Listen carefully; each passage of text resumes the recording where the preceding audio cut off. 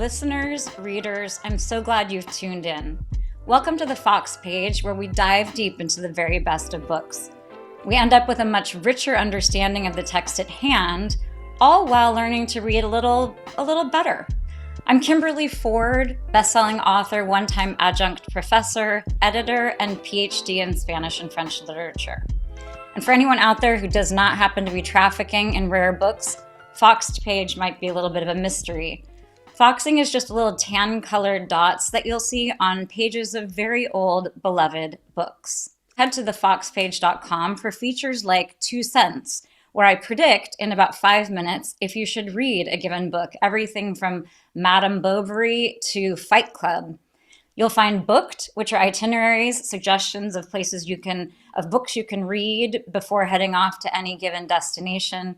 Memory Lane, which are short lectures on nostalgic favorites, no pre-reading required. Texts like Are You There, God, It's Me, Margaret, Frog and Toad. But for today, we're diving into Michelle Zauner's incredible Crying in H-Mart. As always, the lecture today will be delivered in 3 chunks, each one about a half an hour long. Recently, I've tending to be going over. I just have so much to say about each one of these texts. But generally, I will try to stick to the half hour. In the first of the 3 sessions, as always, there will be no spoilers. In the second and third sessions, we may be talking about big plot points and what happens in the end. So I would recommend that you finish the book before listening to parts 2 and 3. In the first session, we're going to talk about why I think you should spend the many hours reading the book. We'll discuss a very quick bio of Michelle Zauner in this case, and then we'll dive in to the title of the book. We'll sometimes touch on the cover art, and then we'll spend some time looking at the very first paragraph of the text. Then in section 2 today, we're going to talk in terms of Crying in H-Mart about memoir and about the ways that Michelle Zauner does such a deft job of really using the aspects of memoir to their fullest. We're going to talk about structure, and we're going to talk about figurative language. In the third part, we're going to talk about race. Michelle Zauner is half Korean. And we're going to talk about language. We're going to talk about Korean language and also about the language of grief. And then finally, we're going to take a look at the close of the novel. Okay, so we're going to dive right in. The question always that I will pose at the very beginning of any of these lectures is the idea of why I think you should read this book. So in this case, I was with my youngest son, and we were in a bookstore, and he said, "Oh, you should read this. Everyone I know is reading it, and they love it." He's 21. So I thought, you know what, I'm gonna get a sense of what the kids are up to these days. And honestly, I was shocked at the depth and the maturity of Michelle Zauner. She's also incredibly cool, which we're going to get to in the bio, which is maybe why some of these youngsters are out there reading it. But as someone whose mom died a year and a half ago, it was really interesting, the prospect of reading a book about the death of a mother.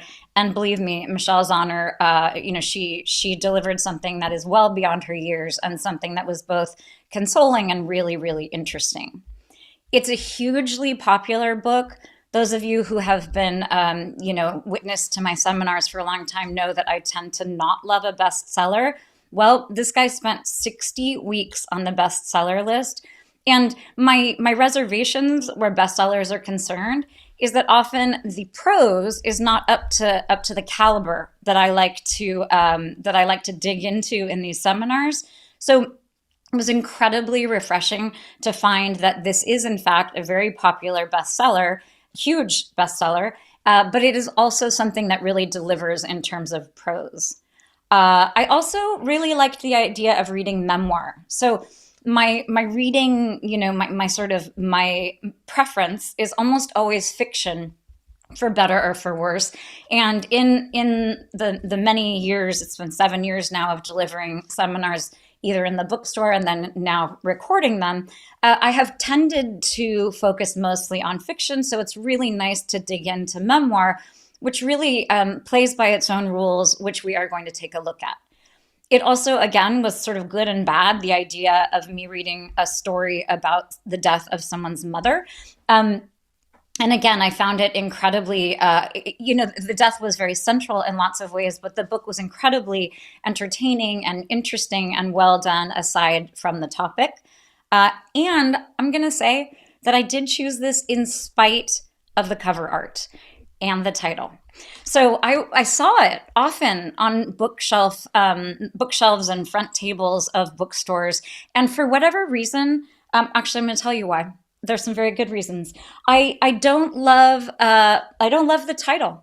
So I think crying is great. I think it's good to be sort of upfront with this idea of what we're going to find in the memoir. She is in fact very vulnerable and very honest throughout. So it's good that she leads with crying. For some reason, crying in H-Mart, I always went straight to Walmart, which is like I've only been in a Walmart once in my life, but for some reason in my mind it was always sort of like, oh, this is going to be some equivalent of Walmart. In fact, it's literally the opposite of a Walmart, but I did not know that. And I stand by the idea that the title may be a little bit limiting. I think if I were Michelle Zauner's editor, I might have combed through the memoir to find something that I thought was a little bit more evocative and a little bit more indicative of what we were going to find between the covers. I also didn't, for some reason, this font just does not speak to me. The red and black doesn't really speak to me. I looked up red and black in the Korean culture in part of my sleuthing that I always like to do before I give a lecture. And it will not shock you to know that red is, it's a sign of passion. It's a sign of love and devotion, which is the same as in American culture. It is the sign also, though, of anger and of murderousness. That was one of the adjectives that they used. It also, interestingly, blue is a color associated with women, and red is a color associated with men. I think I'm probably reading way too much into the red and black, color scheme here. But that's how we do it in these seminars, is we go deep into things. But the one thing I do like is I like this idea of these noodles as being connected. I think, and the chopsticks, obviously. I like what that says, but I don't even really like the way it's executed. So I hate to just really just shit on the cover here, but it's not really speaking to me. So I picked it up in spite of the title and the cover, and honestly, it was just, I cannot recommend it highly enough. Okay, so in terms of biography, we're going to talk very quickly about Michelle Zauner. Her middle name, which you probably already know, is her mother's name, Chong-mi. And at some point when she was, really coming across some of the first inklings of racism and exclusion during her school days in Oregon, she chopped out that middle name, thought it was chic. I think that was one of the words that she told her mother and other people that she thought it was chic not to have a middle name. But she also confesses, as you would in the very best of memoirs, that cutting out that middle name made it so that Michelle Zauner doesn't have the same ethnic weight as it would with her mother's middle name. Of course, it's very significant that she cut her mother's name out of her identity and out of her legacy, which would have become very painful in her, when she's 25 and her mother died. She was born in Seoul, South Korea, and moved to Oregon, and then went to Bryn Mawr for college, which sounded like it was a very good experience for her, landed in Philadelphia and New York City both. So those are things that you find out from the novel. And you do hear quite a bit about her band, Japanese Breakfast, and the band that she was in before that. But honestly, when I started pulling together the images that I'm going to share at the end of the lecture, if you happen to be watching on the YouTube channel. If not, you can always go there just to check out the images. But I just really had not had much appreciation for the success and the magnitude of Japanese Breakfast. They're also so cool. Those of you who are watching the YouTube channel, I'm wearing a little top that I feel like is very like a Michelle Zauner sort of top. In fact, this is going to be another seminar that's going to have some costume changes. I'm going to get zanier and zanier. I'm sort of channeling what Michelle Zauner looks like when she is on stage. Just an incredibly stylish and also very accomplished musician. She's a guitar player and a singer. and really has had a lot of success with her music. I was a little confused about what shoegaze pop was, but it's an indie type of pop that has to do with sounding sort of ethereal, sort of celestial kind of music. But the sort of bottom line about why I would want you to read this book is not, despite the title and cover, and not despite the fact that Michelle Zauner is so cool. It's simply that the prose and the story, what she actually has to say, are incredibly moving. So we are going to dive into the text. So one thing that I will say for those of you who have found the Fox page because you want to learn to be a better reader, first I'm going to say that I always push against this idea of becoming a better reader. I don't feel like anyone needs to be a better reader, and yet I also understand the idea of wanting to have a fuller and richer and deeper understanding of everything that you read. So my best piece of advice is the most simple, which is that the only thing you need to do is just pay attention, is just read with a little more attention. Part of that is looking, for example, at the significance of a title. And part of it is maybe paying a little bit of attention to all of the frontis matter, which is basically all of the stuff that comes before the text gets going. So we have our title, and then we have a bunch of blurbs, which are really sort of what you would expect from something that was on the New York Times bestseller list for 60 weeks. But then we have this nice sort of introduction. And usually you would have a biography like this at the end of the book. But it's interesting that they have put this here because I think they were really wanting to lean a little bit into Michelle Zauner's persona as a pop star. Not only is she a pop star, but she also has some really incredible writing credits that we will get to in a minute. And, she's been published in The New Yorker and Harper's Bazaar, and Glamour is where she got her start, which we're about to get into. But it's telling that they have this kind of quick bio at the beginning. Again, it seems a little superfluous as we're heading into a memoir, and yet I think it's to sort of give us a sense of this young woman's accomplishments, so that we're a little bit more appreciative, maybe, of how much she is sharing her vulnerability. Okay, then of course we have yet another title page. We move on. This was so frustrating to me. So I've opened here to the page of these two young girls in Korea. I have to assume that it's her mother and one of her sisters. And I did some of my very best sleuthing, both online and through this book. I looked at all of this information on the back about the cover art and the creator of the cover, and could not find who these are. There were three sisters in the family. So I just was like, Michelle, throw me a bone here. Like, tell me who these people are. It doesn't have to be right underneath here. And for a minute, I thought maybe it was Michelle and her mom, but that does not make any sense. So I don't know who these two are. There's an allusion later to a pair of Korean pop stars that the sisters, so the mother's generation, was really interested in, and they dressed in matching dresses, and the Michelle Zauner's mom and her sister used to sing along to them. So I think, you could try to argue that that's who these people are, but I think that's a bit of a stretch. I think mostly this is just a picture of the two of them. I was really hoping for a little more information there. Okay, and then importantly, we don't have one of those little disclaimers about, how all of the details of the book are from the author's imagination, and that any coincidence in real life is coincidence, because it is a memoir. So it's very American. I touch on this often. We have this real need in the United States to figure out exactly which section our books need to go into, whether it's memoir and everything needs to be true, whether it's fiction.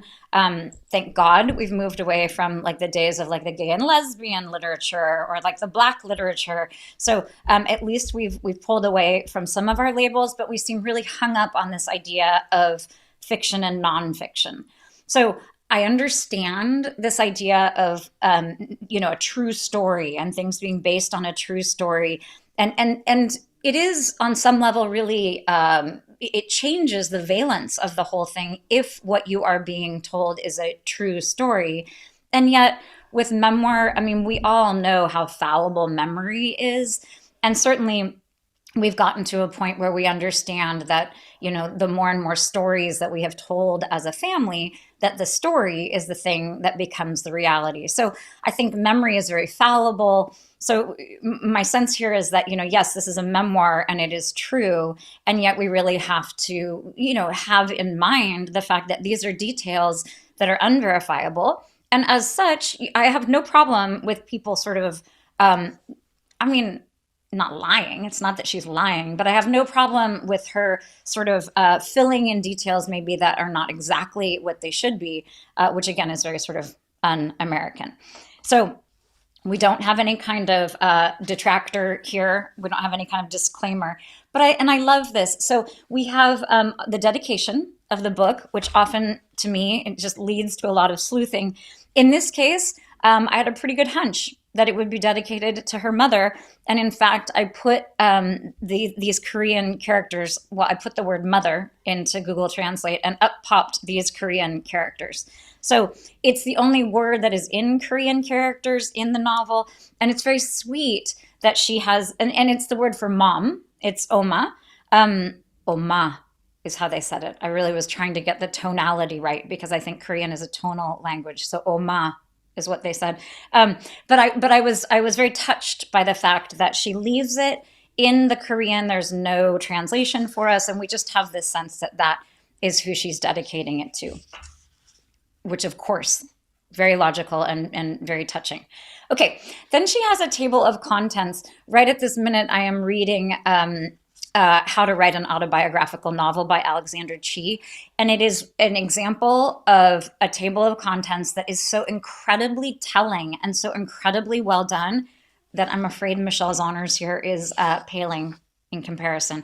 So I like the idea of a table of contents. I like the idea of really helping the reader focus on the idea that this is like anyone's life. These are, it's not one long fluid story. It is in fact fragmented. There are different scenes. She's pulling specific things. You obviously can't include someone's entire life. So, and many of these are kind of standalone sections or sort of, she'll have a small arc that will allow a chapter to stand almost sort of on its own. And Crying in H-Mart was an essay that was published. So there is this sense of really like an interesting and kind of, it gives us an illustration of the fact that we are heading into, an essayistic sort of memoir. And yet, I didn't find the titles all that compelling. I am known and notorious for skipping titles, chapter titles, as I am reading through. Sometimes I don't take my own advice about paying attention. But I will say that honestly, you could practically skip these chapter titles, and I'm not sure that you would be missing a lot. So here we though have Crying in H-Mart, and we're going to dive in to this first paragraph.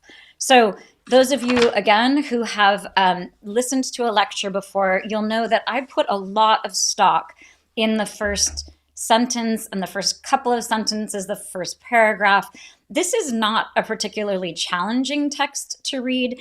So I think this is slightly less important. But anytime we are reading anything, really focusing on that first paragraph, that first couple of paragraphs, is a way to sort of give yourself a key, like a sort of a map as to where you should direct your focus, as to what sort of writing we're going to be dealing with, as to what the themes might be. I'm not someone who focuses all that much on themes, but it will really tell us, especially again in a difficult text, it will tell us essentially how to read the book.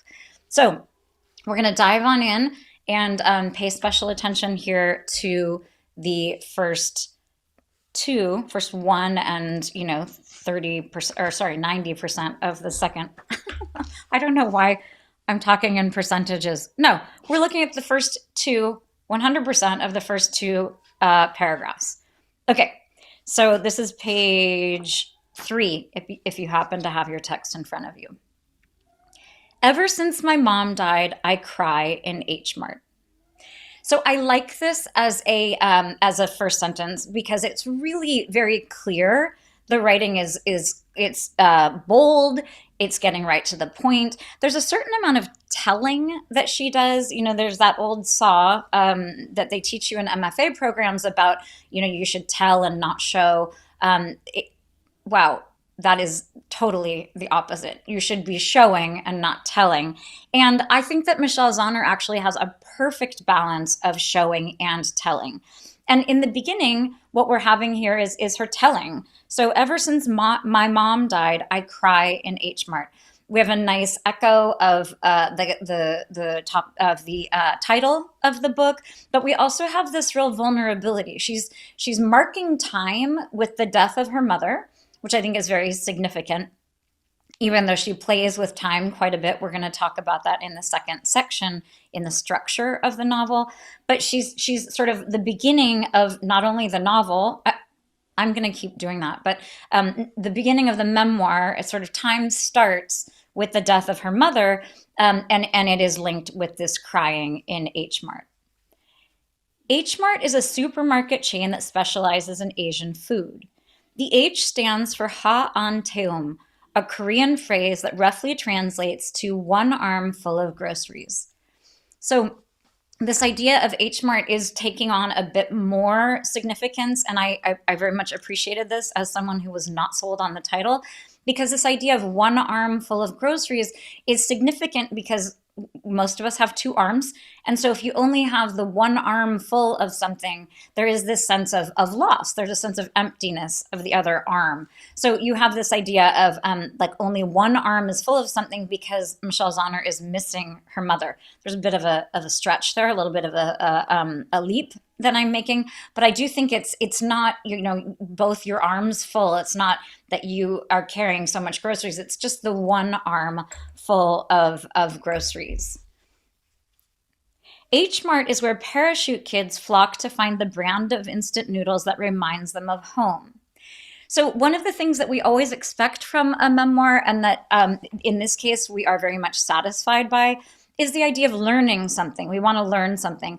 And ideally, you're going to learn something that sort of changes your outlook on the world, but you're also going to learn, new terms of art, new phrases that are specific to this person, but also ones that really help you understand an entire concept. And Parachute Kids was exactly that. So Parachute Kids, I did not know. I had never heard that term. I did not know what that was. And I had a sense of what it was. And in fact, I was correct. I went to Google and looked it up. So Parachute Kids are students from Asia whose parents send them in to be educated in the United States. The article that I read was in the New York Times. It was about high schools. It was about these parents who were trying to make sure that their kids were going to get into good colleges in the United States. And the best way to do that was sending them to boarding high schools. But it's such a good metaphor because you have this idea of parachute kids. I mean, a parachute is first of all, it's dangerous. It's a matter of life and death. And it's something that you do, I mean, unless you're like skydiving for fun, it is something that you do in dire situations. If you have to parachute into a place that, this mostly I think of like wartime. So you have this real sense of like stakes being very high. And if you're parachuting in as a kid, you have this sense of really being very solitary. So you have these kids who are coming in, these parachute kids. And kids, there's something about just the word kid that is very sort of juvenile and satisfying in a way that underscores how vulnerable these parachute kids would be, how alone. And then the brand of instant noodles that reminds them of home. So one of the descriptions that I like the best of all of the food, confession, I'm not a big foodie. I mean, I hate to even admit that because it seems like a shortcoming because it seems like, I don't know, like lacking a very important element of like sensuality or something. But I loved, because I can picture them, I loved all of the descriptions of the cartoons and the instant rice, the instant noodles. There's a sense of packaging that I can sort of relate to in a way that I might not have been able to relate to some of the actual food that she is describing. So there's this sense of these parachute kids, this thing that is very kind of, dangerous and exotic, this mode of arrival. And yet instant noodles are something that are so accessible and universal and comforting. Also, of course, an example of like not a home cooked meal. So it's a very multivalent symbol that she's giving us here. And we're only, on like the third sentence of the memoir. It's where Korean families buy rice cakes to make taeokguk. You're gonna have to pardon my Korean. Not good. That is not a language that I have. The beef and rice cake soup that brings in the new year.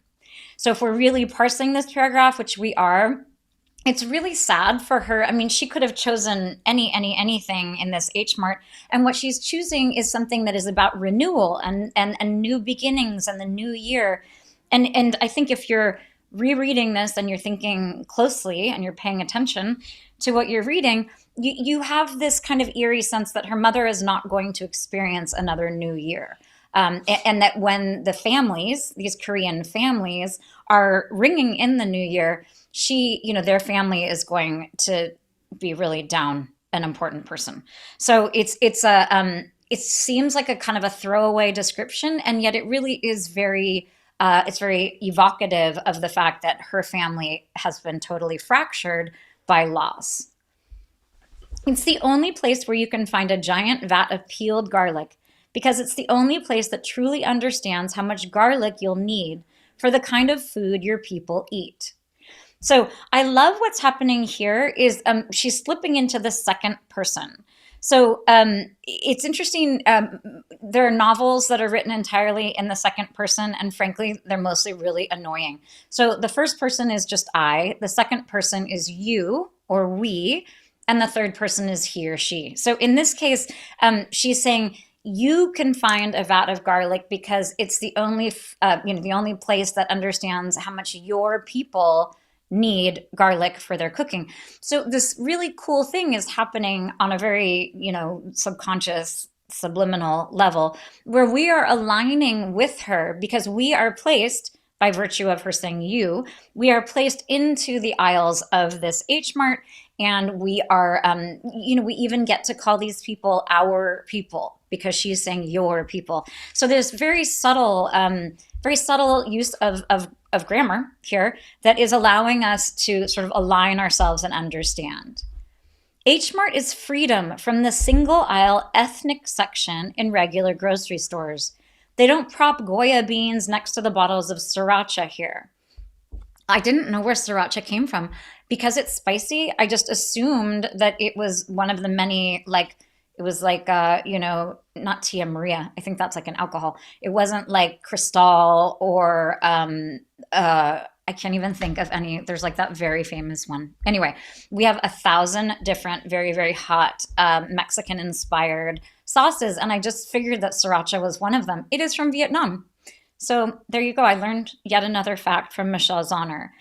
But this is a much more important thing than where sriracha comes from, is that she's already discussing the racism and the sort of the immigrant experience that both she and her mother have, and in her case, it's the many difficulties of being mixed race because she is neither Korean nor is she entirely American, at least in the eyes of her classmates in Oregon. So right here in H-Mart, there's this sort of luxury of not being, shoehorned in a tiny section and being sort of misunderstood and lumped in with a lot of other immigrants. There is, in fact, this sense of not having emigrated at all. Okay. So there's a little tricky thing here where she says it's freedom from the ethnic aisle. Instead, you'll likely find me. So I was like, wait, instead? Like, it seems like something was kind of edited out there, but we all know what she means. Instead, you'll likely find me crying by the Banchan refrigerators, remembering the taste of my mom's soy sauce, eggs, and cold radish soup. Or in the freezer section, holding a stack of dumpling skins, thinking of all the hours that Mom and I spent at the kitchen table folding minced pork and chives into the thin dough.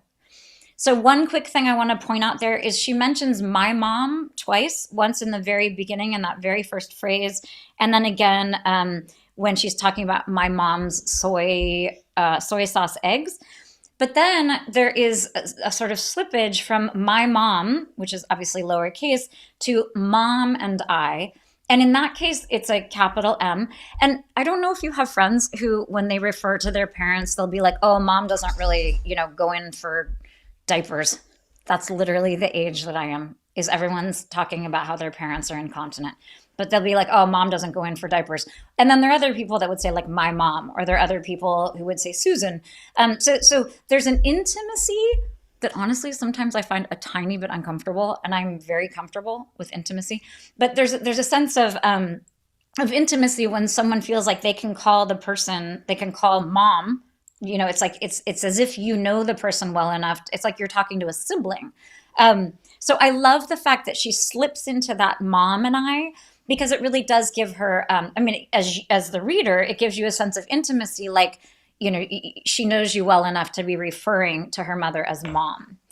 Okay, sobbing near the dry goods, asking myself, am I even Korean anymore if there's no one left to call and ask which brand of seaweed we used to buy?